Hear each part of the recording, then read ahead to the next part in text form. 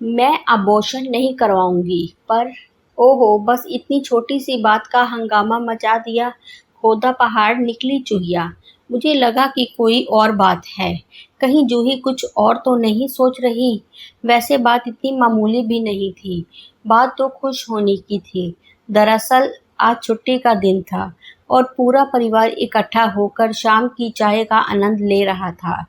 घर की छोटी बहू जूही आज अपने मन से रसोई में गई थी, यह कहकर कि बाकी दिन तो मैं ऑफिस में रहती हूँ, तो सारा काम जेठानी ही करती है। आज मैं घर में हूँ तो सबका फेवरेट चिवड़ा भून कर लाती हूँ। इसीलिए जूही रसोई में चिवड़ा भून रही थी। वह मूंगफली, करी पत्ता वगैरह डालकर बहुत अच्छा और स्वादिष्ट चिवड़ा बनाती थी। उसने अपनी किसी गुजरातन दोस्त से सीखा था। सब उसके चिवड़े और उसका इंतज़ार कर रहे थे कि तभी उसकी आंखों के आगे अंधेरा छाया और वह गिर पड़ी।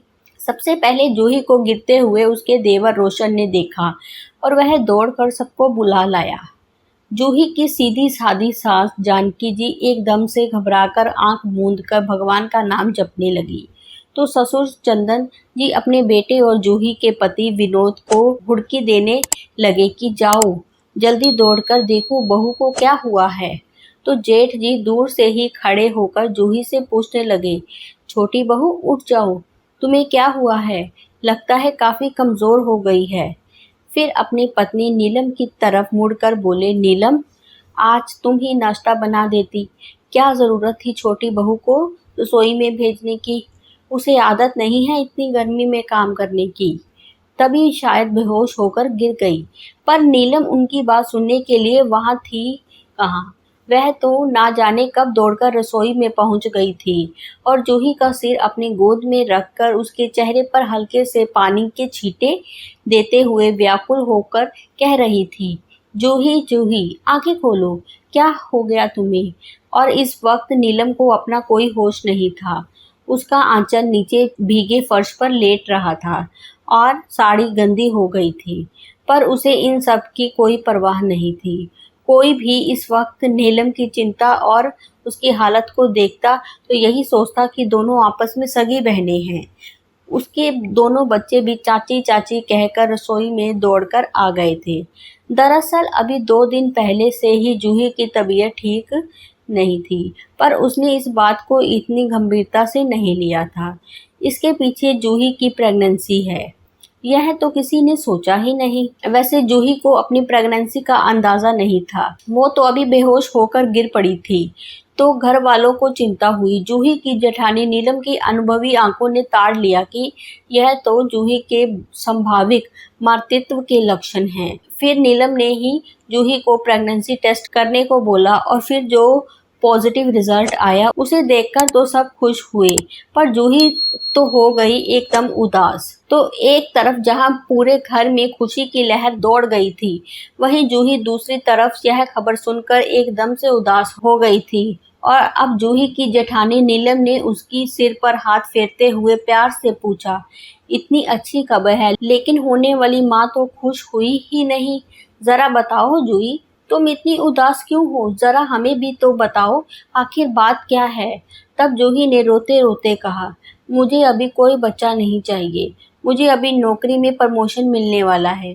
अगर ऐसे समय में मैं माँ बन गई तो फिर मुझसे यह प्रमोशन हाथ से चला जाएगा और फिर मैं जिंदगी में आगे नहीं बढ़ पाऊंगी और मुझे इस बात का बहुत अफसोस रहेगा कि मातृत्व की वजह से मैंने अपना कैरियर दांव पर लगा दिया। लेकिन अबॉर्शन तो कराना ही पड़ेगा दीदी। जूही का डेडिकेशन देखकर सब हैरान थे, लेकिन उसकी जेठानी ने कहा, बस इतनी सी बात? अरे हम सब मिलकर उस बच्चे को पाल लेंगे। तुम बच्चे को जन्म देकर हमें दे देना, हम सब मिलकर सब संभाल लेंगे। जन्म के बाद वह बच्चा हमारी जिम्मेदारी होगा। बस परिवार का इतना सपोर्ट और सबका इतना प्यार पाकर जूही को बहुत अच्छा लगा। उसने उत्साहित होकर कहा, ठीक है, मैं अबॉर्शन नहीं करवाऊंगी, पर बच्चा हो जाने के बाद आप लोग अपना प्रॉमिस भूल मत जाना। मैं आप लोगों के भरोसे ही बच्चे को जन्म देने को तैयार हूँ। सब ने जूही की बात मान ली। जैसे जैसे बच्चा गर्भ महीने बढ़ रहा था, वैसे वैसे जूही को अपने उस अनजन्मे बच्चे से बहुत लगाव महसूस होने लगा था। आखिर वह एक माँ थी और माँ अपने बच्चे से जुड़ ही जाती है। बच्चे के जन्म के 2 महीने के बाद जब जूही ने ऑफिस ज्वाइन किया तो सारे दिन उसे सिर्फ बच्चे की याद आती रही और उसे बड़ा अधूरा सा महसूस हुआ। बमुश्किल जूही 7 दिन ही ऑफिस जा पाई। फिर एक दिन मुन्ने को थोड़ी सर्दी खांसी हो गई थी तो उसने छुट्टी ले ली। ऐसे ही वह 2-3 दिन करके वह छुट्टी ले लेती और लगभग 1 महीने के बाद उसने स्वेच्छा से अपनी नौकरी से त्यागपत्र दे दिया।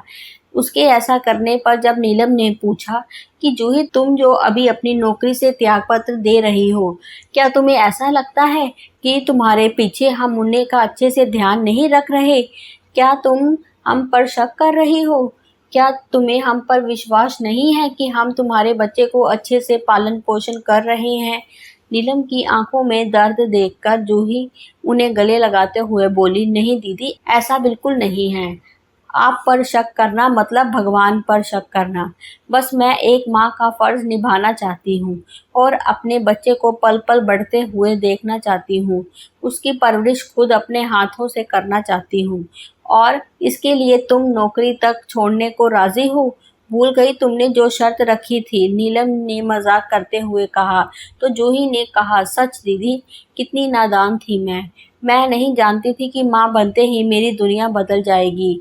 अब तो मुन्ने को छोड़कर मुझे कुछ भी अच्छा नहीं लगता। उसके इस निर्णय पर घर में सब आश्चर्य कर रहे थे कि जो जूही बच्चे के जन्म से पहले ही शर्त रख रही थी, वह बच्चे को जन्म देने के बाद सिर्फ अपनी नौकरी पर ध्यान देगी। आज वह बच्चे के प्यार में, बच्चे के मुंह में आकर और बच्चे की सही परवरिश को ध्यान में रखकर अपनी इतनी अच्छी नौकरी से त्यागपत्र दे रही है।